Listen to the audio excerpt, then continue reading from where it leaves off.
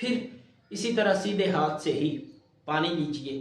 اب ہر مرتبہ پانی لیتے ہوئے نل کو بند ضرور کر لیجئے. یہ بھی ہماری غلطی ہوتی ہے کہ اگر ہم کلی کر رہے ہیں ہم نل بند نہیں کرتے، ٹوٹی بند نہیں کرتے. اگر ہم ناک میں پانی چڑھا رہے ہیں ٹوٹی بند نہیں کرتے، تو اس طرح پانی کا اسراف ہوتا ہے، پانی ضائع ہوتا ہے. تو اسی طرح پھر تقریباً آدھا چلو، اب ایک چلو بھر کے نہیں بلکہ آدھا چلو لیں گے اور اس کو ناک میں 3 مرتبہ ڈالیں گے اور اپنے الٹے ہاتھ سے یعنی کہ دائیں ہاتھ کی چھوٹی انگلی کے ساتھ اپنے ناک کے دونوں سوراخوں کو اچھے سے صاف کریں گے. اگر تو ہمارا روزہ ہے تو اس میں بھی احتیاط کی بہت زیادہ ضرورت ہے کہ اگر ہمارا روزہ ہے تو ہمارے ناک کی نرم ہڈی تک پانی جانا چاہیے، یہ نرم گوشت یا نرم ہڈی جس کو بولتے ہیں. اور اگر ہمارا روزہ نہیں تو کوشش کریں کہ ناک کی جڑ تک پانی چلا جائے، جتنی ہو سکے ممکن اتنی صفائی بہتر ہے. پھر اسی طرح 3 بار اپنے چہرے کو دھو لیجیے. اس طرح دھوئیے کہ جہاں سے عادتاً بال اگنا شروع ہوتے ہیں پیشانی کے اوپر سے، جہاں سے بال اگنا شروع ہوتے ہیں وہاں سے لے کر ٹھوڑی کے نیچے تک اور ایک کان کی لو سے دوسرے کان کی لو تک ایسے دھل جائے کہ ایک ذرہ برابر یا ایک بال برابر بھی جگہ خشک نہیں رہنی چاہیے. پھر یہ ہمارا فرض ادا ہوگا. وگرنہ پھر اگر اس میں سے ایک بال برابر بھی جگہ خشک رہ گئی تو ہمارا وضو نہیں ہوگا. کئی مرتبہ ایسا ہوتا ہے کہ ہم آ کے مسجد میں وضو کرتے ہیں اور اتنی جلدی میں وضو کرتے ہیں، جماعت کھڑی ہوتی ہے، 3 بار پانی چہرے پہ مارا، وہ کئی مرتبہ یہ ٹھوڑی کے نیچے سے خشک رہ جاتا ہے اور کئی مرتبہ یہ کانوں کی طرف سے خشک رہ جاتا ہے. تو یہ بھی ہماری غلطی ہے، یہاں پہ ہم نے غور و فکر کرنا ہے اور اچھے انداز میں اس کو لے کے چلنا ہے. اب اگر احرام نہیں باندھا ہوا، اللہ کرے ہم سارے ہی مدینے چلے جائیں، مکے کی حاضری ہو، احرام باندھے، اللہ پاک ہمیں حج و عمرہ کی توفیق عطا فرمائے.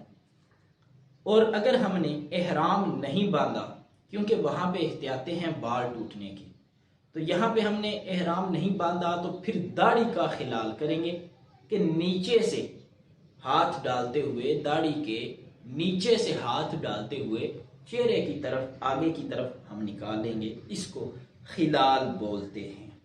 پھر دوسرا فرض یہ تھا کہ اپنے دونوں ہاتھوں کو کونیوں سمیت دھونا. تو اب پہلے ہم اپنے سیدھے ہاتھ کو کونیوں سمیت ہو سکے تو آدھے بازو تک دھو لیں. پھر ہم الٹے ہاتھ کو 3 مرتبہ جو ہے وہ آدھے بازو تک دھو لیں گے کہ آدھے بازو تک دھونا یہ مستحب عمل ہے. ٹھیک ہے جی. اور اگر یہاں پہ بھی ہماری ایک غلطی ہوتی ہے، پہلے ہم اپنے بازو کو دھوتے ہیں، دھونے کے بعد پھر ہم 3 بار پانی لیتے ہیں ہاتھ میں اور وہ ہم بہا لیتے ہیں. تو اس طرح یہ پانی کا ضائع کرنا ہے، کیونکہ پہلے ہم نے نل کے نیچے کر کے، ہم نے ٹونٹی کے نیچے کر کے اپنے ہاتھوں کو دھو لیا.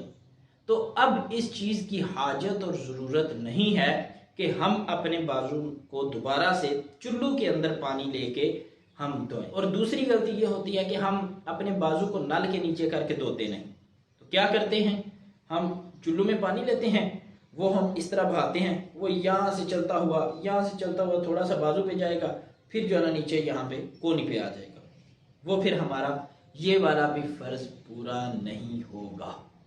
احتیاط کریں، اپنی عبادات کو مکمل کریں اور اچھے انداز میں اس کو لے کے چلیں. پھر تیسرا فرض تھا سر کا مسح کرنا، اور چوتھائی سر کا مسح کرنا یہ فرض تھا اور پورے سر کا مسح کرنا یہ سنت ہے. تو اب اس کا طریقہ کار یہ ہوگا کہ ہم اپنے دونوں ہاتھوں کو گیلا کریں گے، نل کو بند کریں گے، الٹے ہاتھ میں پانی لیں، سیدھے ہاتھ سے نل کو بند کریں اور پھر اس پانی کو سیدھے ہاتھ پہ ڈالیں تاکہ ہاتھ گیلے ہو جائیں. اور پھر ہم یہ 3 انگلیاں جو ہیں، ایک چھوٹی انگلی، اس کے ساتھ والی اور درمیان والی، یہ 3 انگلیاں دونوں ہاتھوں کی آپس میں ملا لیں گے. ہماری ہتھیلی، ہماری شہادت والی جو انگلی ہے اور انگوٹھا، یہ ہم نہیں ملائیں گے، ان کو ہم آزاد چھوڑ دیں گے. یہ جو 3 انگلیاں ہیں ہم پیشانی کے اوپر سے رکھیں گے، ان کو کھینچتے ہوئے پیچھے کی طرف ہم لے جائیں گے کہ ہمارا یہ گدی تک کام پہنچ جائے. پھر اب ہمارے پاس یہ 2 انگلیاں اور یہ ہتھیلی بچ جائے گی۔ اب ہتھیلی کو ہم گھماتے ہوئے یہاں سے، جہاں سے ہم نے یہ 3 انگلیاں چھوڑی تھیں، وہاں سے ہم آگے کی طرف لے آئیں گے، پیشانی کی طرف۔ تو اب ہمارے پاس یہ 2 انگلیاں رہ جائیں گی۔ تو یہ جو انگلی ہے شہادت کی، اس کو کان کے اندرونی حصے میں پھیریں گے اور صفائی کریں گے، اور یہ انگوٹھے جو ہیں یہ کان کے پچھلی طرف آ جائیں گے۔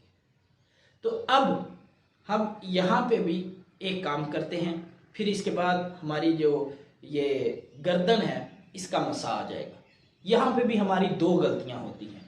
نمبر 1، ہم یہاں سے گلے کا مسا کرتے ہیں، دونوں طرف سے گلے کا مسا کرتے ہیں، اور پھر ہم یہ دونوں بازوں کا مسا کرتے ہیں۔ یہ فضول اور لا یعنی کام ہے، اس کی ہمیں وضو کے اندر حاجت قطعاً نہیں ہے۔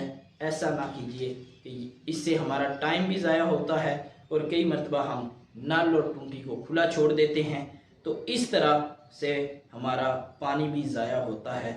اس سے احتیاط کرنی ہوگی۔ اور آخری جو ہمارا فرض تھا وہ یہ تھا کہ دونوں پاؤں کو دھونا، اور دونوں پاؤں کو ٹخنوں سمیت دھونا تو ضروری ہے، فرض ہے، اور اگر ہم آدھی پنڈلی تک اس کو دھو لیتے ہیں تو یہ مستحب عمل ہے۔ اس میں احتیاط بھی زیادہ ہے، مستحب عمل بھی ہے۔ تو ہم پہلے سیدھے پاؤں کو 3 مرتبہ دھوئیں گے، پھر الٹے پاؤں کو 3 مرتبہ دھو لیں گے۔ تو اسی طرح پھر ہم اپنے پاؤں کی انگلیوں کا خلال کریں گے۔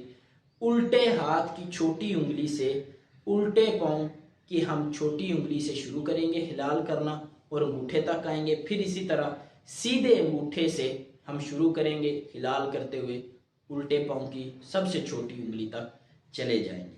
یہ مختصر سنن و مستحبات کے ساتھ جو وضو کا طریقہ تھا، اور ہم نے آپ کے سامنے عرض کیا۔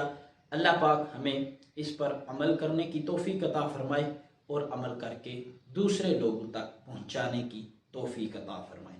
اور سب سے آخر میں ہم وضو کی دعا کو پڑھ لیں گے۔ اللہم اجعلنی من التوابین واجعلنی من المتطہرین۔